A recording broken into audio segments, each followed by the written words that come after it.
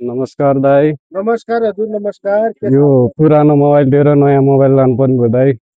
पुरानो मोबाइल दिएर नयाँ मोबाइल लाग्ने? हजुर। अरे यार, यो कहाँ हुन्छ यार? फेसबुकमा हेरेर आएको दाई। फेसबुकमा सबैले हेरेर दिइरहनु आउनुभयो? भएको रहेछ, त्यही भएर आएको। हो र? टाढादेखि आयो दाई। ओहो, हजुर त समस्यामा पार्नु भयो त हामीलाई यार। कुन फोन हो यो हजुरको? ओप्पो F11 Pro हो। ओप्पो F11 एकदमै पुरानो मोडलको फोन रहेछ। हजुर हजुर। कति जति बजेट छ तपाईँसँग? म 8 8.5 सम्म थप्छु। हजुर। ल, त्यसो भए हजुरलाई म एकदमै 5G फोन देखाउँछु है त, लेटेस्ट चलेको होइन।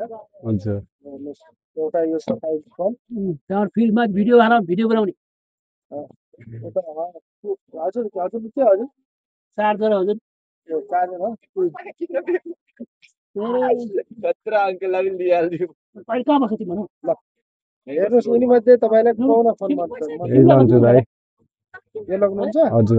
यसको फ्युचर बारे म हजुरलाई बताइदिन्छु है त। हजुर दाई यसमा बताइदिनु छ। हजुरको 8GB ऱ्याम छ, हजुर 128GB मेमोरी कार्ड छ, हजुर अनि तपाईँको चाहिँ 50 मेगापिक्सल क्यामेरा है त। हजुर।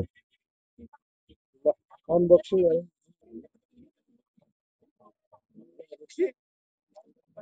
फोन चाहिँ यस्तो छ लुक होइन। हजुर। लाउनुहोस् हजुर। यसमा चाहिँ फोन त राम्रै छ दाई। राम्रो छ होइन? हजुर ठिकै छ। कहाँदेखि आउनुभएको सर? म दाई उता मदनपुरीदेखि टिक्करदेखि। टिक्कर? हजुर। यो टिक्कर भन्ने कति टाढा पर्छ?